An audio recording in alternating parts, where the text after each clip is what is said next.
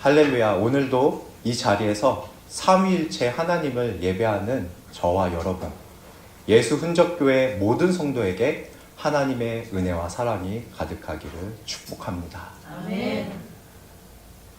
성도 여러분, 사랑합니다. 아멘. 정말 사랑합니다. 아멘. 그리고 저는 오늘 이 말씀을 사랑하는 마음 이 한 가지로 준비하였습니다. 오늘 우리가 교독한 마태복음 25장 1에서 13절 말씀은 열처녀 비유에 대한 말씀입니다. 이 말씀은 그리스도 예수를 통해 구원받은 하나님의 자녀, 우리 그리스도인들이 이 땅의 삶을,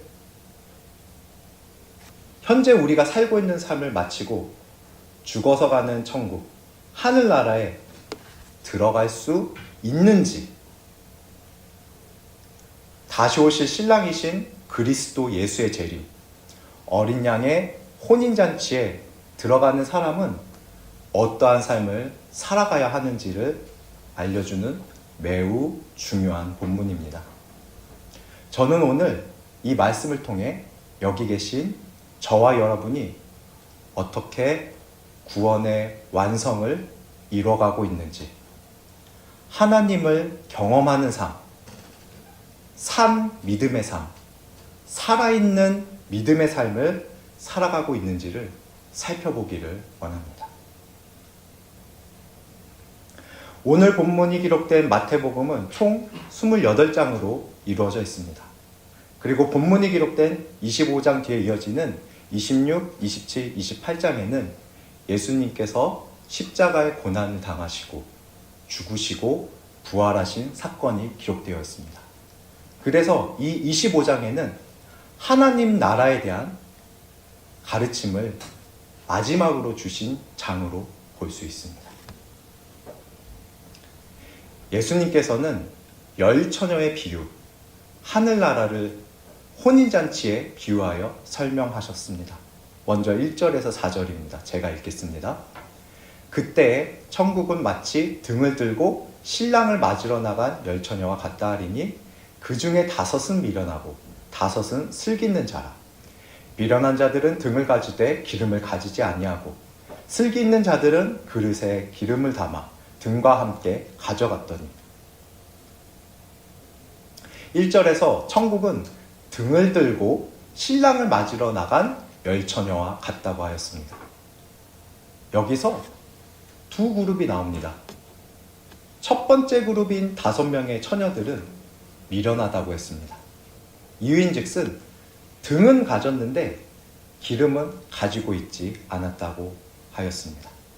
그리고 두 번째 그룹인 나머지 5 처녀들은 슬기로운 처녀라고 하였는데 등과 함께 그릇에 기름을 담아 신랑이 올 것을 준비하였기 때문입니다.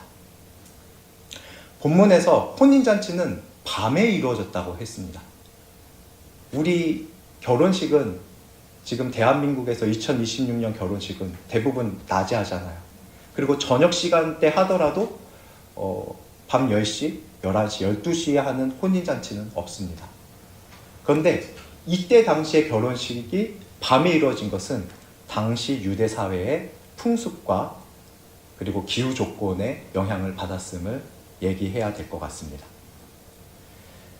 제가 어제도 지인의 결혼식에 참석했었는데요. 보통 우리가 얼마 전에 또 우리 권찰 커플이 결혼을 했잖아요. 그때 결혼식을 상상해 보시면 먼저 신랑이 입장을 합니다. 그 뒤에 아름다운 신부가 입장을 하죠. 그리고 주례사가 주례를 하고 결혼 서약을 하고 축복을 받으며 퇴장함으로 결혼식은 마무리되고 있습니다. 그런데 이때 당시 유대 결혼식은 신랑이 신부의 집으로 가서 신부를 데리고 자신의 집으로 데려오는 이 행렬이 핵심 과정이었습니다. 그리고 이때 신부의 친구들, 들러리들은 등불을 들고 신랑을 마중 나가 신부를 신랑의 집까지 인도하는 역할을 했다고 합니다. 열처녀가 맡았던 역할이 바로 이 역할이었던 것입니다. 그리고 잔치 시간대가 한밤중이라고 했습니다. 유대인의 결혼잔치는 주로 밤에 열렸습니다. 밤은 축제를 즐기기에 적합한 시간이었고 마을 사람들이 함께 모여 횃불과 등불을 밝히고 춤과 노래를 즐기는 공동체적인 축제 분위기가 형성되었다고 합니다. 그리고 또 한 가지 기후적 요인이 영향을 미쳤습니다. 이스라엘 지역은 낮 동안 사막에 뜨거운 광풍이 불어 굉장한 뜨거운 바람이 불어서 낮 시간에 활동하는 것이 어렵기 때문에 특히나 대규모 행사를 진행하기에는 무더운 낮보다 시원하고 신선한 바람이 부는 밤이 훨씬 적합했습니다. 그래서 결혼식과 같은 축제는 자연스럽게 저녁이나 밤에 이루어지는 경우가 많았다고 합니다. 그래서 이러한 혼인잔치에서 한밤중에 결혼식의 핵심인 신랑과 신부가 함께 결혼잔치에 들어오는 것을 맞이하는 열처녀들은 필수적으로 등을 준비해야 했습니다. 등과 기름에 대해서 이제 말씀드릴 건데요. 등과 기름에 대해서 성경에서 다양한 해석들이 있습니다. 그런데 저는 등과 기름을 믿음의 성장, 이 두 가지에 포커스를 맞춰서 설명드리려고 합니다. 먼저 요한복음 3장 16절 말씀입니다. 하나님이 독생자를 주셨으니 이는 저를 믿는 자마다 멸망치 않고 영생을 얻게 하려 하심이라. 요한복음 1장 12절입니다. 영접하는 자, 곧 그 이름을 믿는 자들에게는 하나님의 자녀가 되는 권세를 주셨다. 요한계시록 19장 6에서 9절 말씀입니다. 또 내가 들으니 허다한 무리의 음성도 같고 많은 물소리도 같고 큰 뇌성도 같아서 가로되 할렐루야 주 우리 하나님 곧 전능하시니가 통치하시도다. 우리가 즐거워하고 크게 기뻐하여 그에게 영광을 돌리세. 어린 양의 혼인기약이 이르렀고 그 아내가 예비하였으니 그에게 허락하사 빛나고 깨끗한 세마포를 입게 하셨은즉 이 세마포는 성도들의 옳은 행실이로다 하더라. 여기 있는 저와 여러분은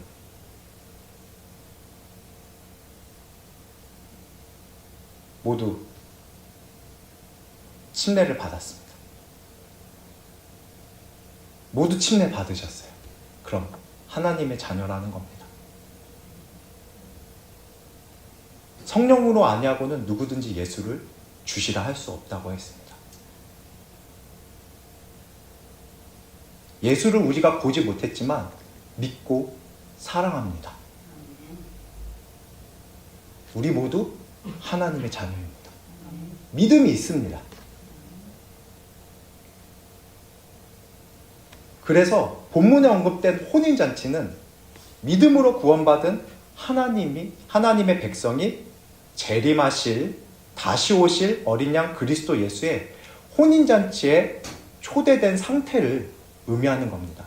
하나님의 자녀가 되었다는 것은 하나님의 나라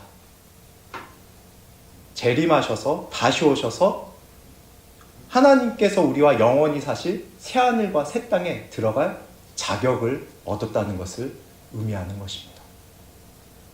또한 기름은 믿음이 계속 자라가는 것, 믿음의 성장을 의미합니다. 에베소서 4장 13절 말씀입니다.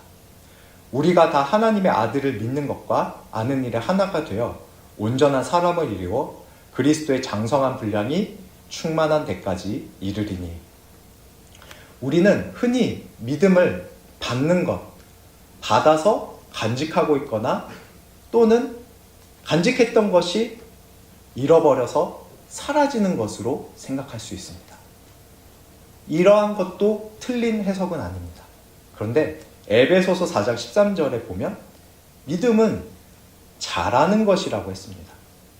갓난아이가 키가 커가지고 180, 2m가 훨씬 넘는 그런 장성한 어른이 되기도 하잖아요. 우리 모두 어머니 뱃속에 있었을 때는 손톱보다 작은 세포였습니다.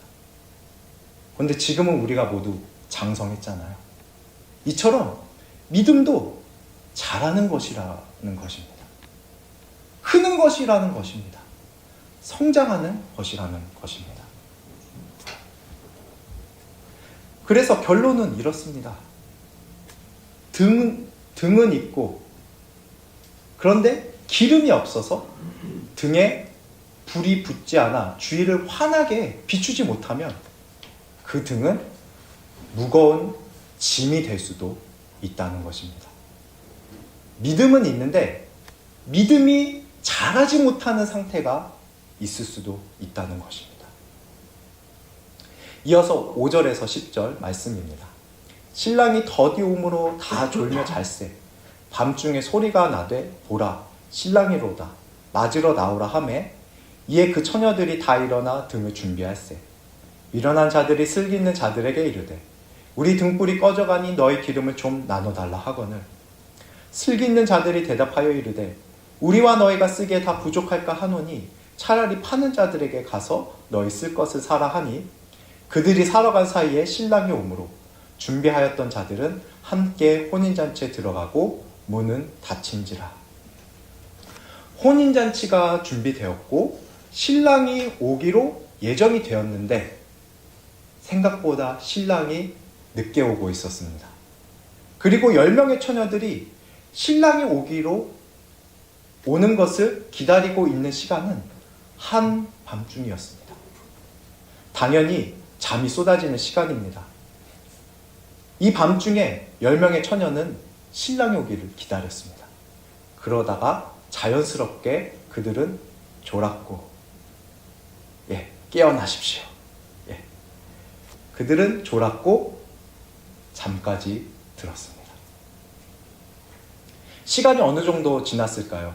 결혼식의 하이라이트인 신랑이 온다는 얘기가 들려서 모두 잠이 깼습니다. 그리고 등에 불을 붙였습니다. 그런데 등에 불을 붙였는데 기름을 준비한 5 처녀들의 등에서는 불이 꺼지지 않았는데 기름을 준비하지 못한 5 처녀들의 등에서는 불이 서서히 꺼져갔습니다. 그래서 5명의 준비하지 못한 처녀들은 슬기로운 5 처녀에게 기름을 좀 나눠달라고 부탁했습니다. 우리도 5명이고 너희도 5명이니 조금씩 나누면 같이 윈윈할 수 있지 않겠냐. 이 은혜는 잊지 않겠다. 우리 함께 도우며 살자. 이렇게 얘기했을 것 같습니다. 그런데 슬기로운 5 처녀는 매몰차게도 그 부탁을 거절합니다. 기름을 나눠 쓰기에 부족할 것 같다. 그래서 차라리 기름을 파는 사람에게 가서 사와라 라고 얘기합니다. 원수도 사랑하라고 하잖아요. 그러면 긍휼의 마음을 가지고 나누면 좋은 거 아닌가요? 그런데 여기서 이 본문에서 이 부분에서 말하는 핵심적인 내용은 나눌 수 없는 것이 존재한다는 겁니다. 나눌 수 없는 것이 존재한다. 내 믿음은 내 것입니다. 내 믿음은 내 것입니다. 내가 경험한 하나님은 나만이 알고 나와 하나님의 관계입니다. 이것은 다른 사람에게 아무리 사랑하는 사람이 있어도 내가 아닌 타인에게 나눠줄 수도 양도할 수도 없는 것입니다. 각자 개인이 가져야만 하는 것입니다. 소유해야만 하는 것이라는 말입니다. 그래서 어리석다고 표현된 준비하지 못한 5 처녀는 기름을 사러 가서 기름을 구했다고 합니다. 당시 유대 사회에서 혼인잔치는 마을의 큰 잔치였기 때문에 늦은 시간까지 상점을 운영했다고 합니다. 하지만 기름을 구하러 간 사이에 신랑이 혼인잔치에 도착했고 문이 닫혀버렸습니다. 그러자 기름을 구해서 뒤늦게 도착한 5 처녀들은 닫힌 문을 열어달라고 간청을 했습니다.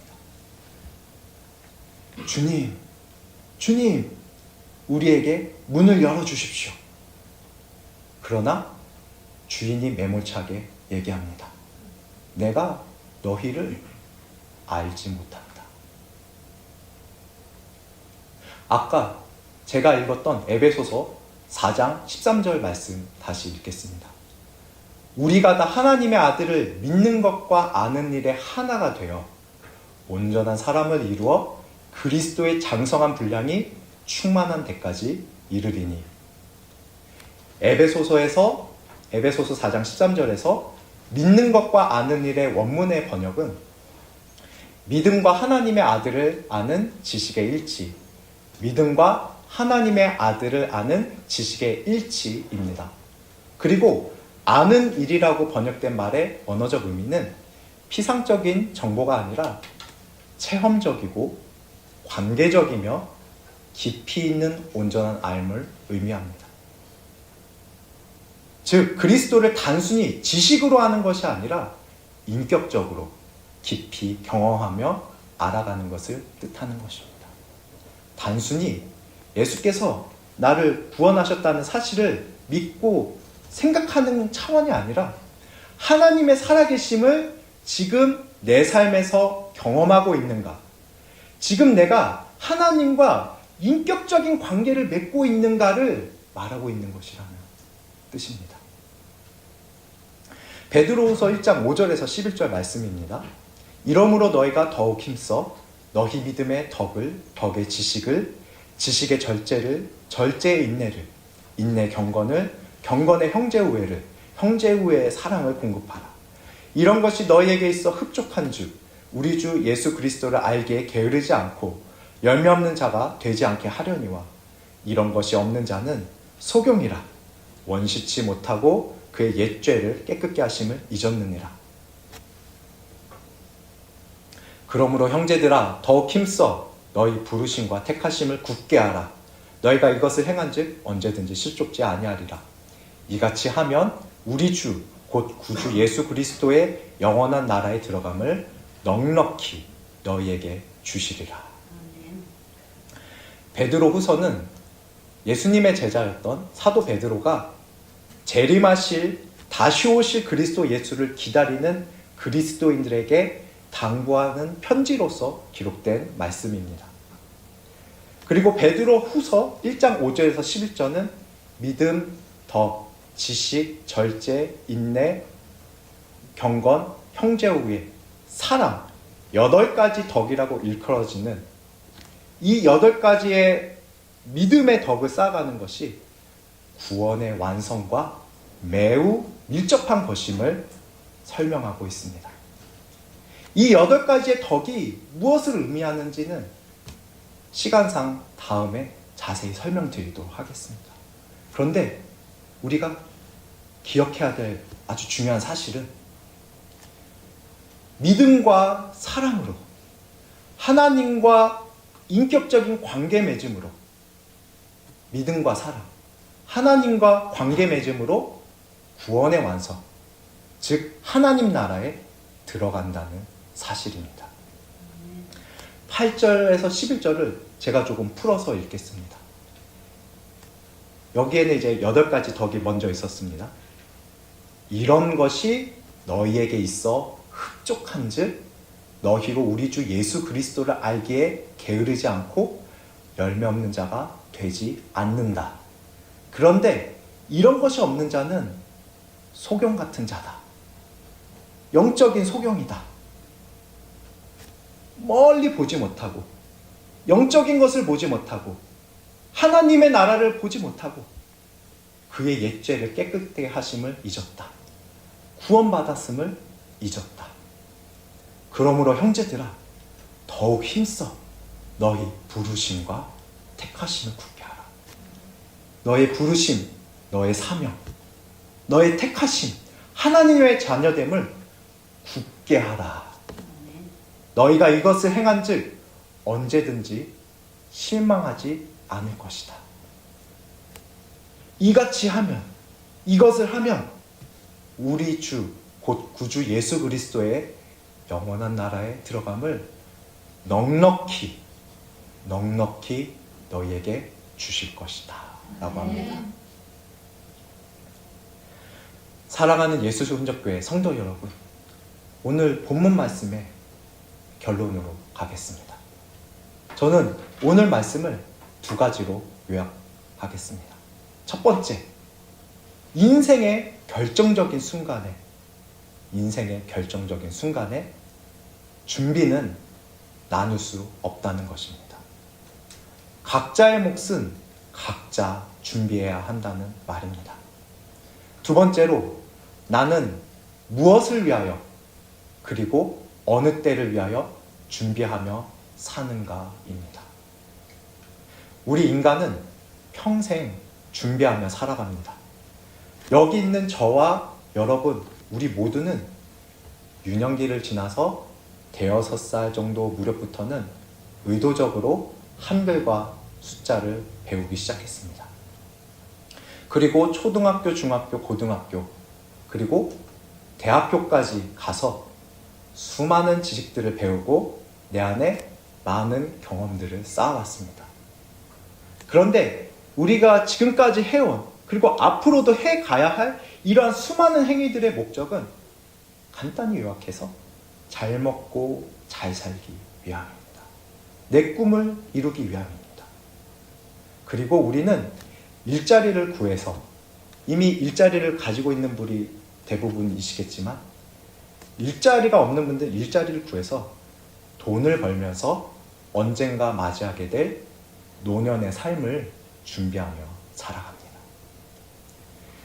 우리가 죽을 때까지, 우리의 이 육신의 호흡이 멎을 때까지 우리가 사는 삶의 대부분의 요소에는 내일을 위한 준비들이 들어가 있습니다. 그리고 바로 이것이 우리가 늘 불안하고 염려하는 이유입니다. 아무리 완벽히 준비해놔도, 아무리 꼼꼼하게 준비를 했어도 우리 삶에는 우리가 경험해 왔지만 우리가 통제할 수 없는 상황들이 발생하기 때문입니다. 평소에 흔한 독감 한번 알아본 적 없던 건강한 사람이 어느 날 갑자기 불치병 판정을 받고 건강을 잃어서 일상의 삶을 살아가지 못하는 경우가 발생하고 있습니다. 전쟁이 나서 내가 살던 집이 없어지는 경우도 있습니다. 천재지변이 일어나서 나의 소유물들이, 내가 내 집에 채워놨던 나의 보물들이 쓰레기가 되어 있는 상황도 발생합니다. 은행 또는 증권사가 파산해서 내가 열심히 모아온 재산이 신기루 같이 사라지는 일들은, 제가 말씀드린 이러한 상황들은 굉장히 극단적인 것이긴 하지만, 그리고 그 누구도 바라지 않지만 지금도 우리가 살아가는 이 세계 곳곳에서 벌어지고 있는 일입니다. 그리고 이러한 통제할 수 없는 상황들이 내 삶에서는 절대 일어나지 않을 거야. 내 삶에는 이러한 일은 없을 거야. 장담할 수 있는 사람은 아무도 없습니다. 그런데 말입니다. 그런데 만일 우리의 이 염려와 불안의 근원인 내일, 미래에 대한 두려움이 이미 해결되어 있다면, 해결해 나가야 되는 것이 아니라 이미 해결이 되어 있다면 우리는 어떻게 살아가야 하겠습니까? 요한복음 5장 24절 말씀입니다. 내 말을 듣고 또 나 보내신 이를 믿는 자는 영생을 얻었고 심판에 이르지 아니하나니 사망에서 생명으로 옮겼느니라. 하나님께서는 그리스도 예수를 통해 이미 우리에게 영생을 주셨습니다. 저는 이런 얘기하면서 사실 작년부에서 목장 모임 때 제가 종종 하는데 이거 소설인가? 진시황제, 역사상 가장 부귀영화를 누렸다고 하는 진시황제가 마지막에는 영생을 누리기 위해서, 불로초를 찾기 위해서 사신들을 곳곳에 보내는데 결국에는 죽었다고 하잖아요. 그 무덤이 중국에 있지 않습니까? 영생이 우리에게 있다는 거. 사실 저는 그래서 불신은 아닌데 때로는 믿기지가 않아요. 어떻게 이렇게 놀라운 것을 하나님께서 우리에게 주셨지? 근데 우리에게 영생을 이미 주셨다고 합니다. 영원한 생명을 주셨다는 거예요. 우리의 불안과 염려의 근원인 내일, 미래를 영원한 생명으로 바꾸어 놓으셨다는 겁니다. 그리고 신앙생활은 우리가 살아가는 이 삶, 하나님의 자녀가 된 우리의 삶은 이 사실들을 확인해 나가는 축복의 여정이라는 것입니다. 그래서 사랑하는 예수흔적교회 성도 여러분, 저와 여러분은 우리의 믿음은 반드시 성장해야 합니다. 매일, 매순간, 매년 꾸준히 자라가야 합니다. 그리고 이러한 믿음의 성장의 결과는 베드로후서 2장 9절에 기록된 말씀대로 믿음의 결국 곧 영혼의 구원을 받음입니다.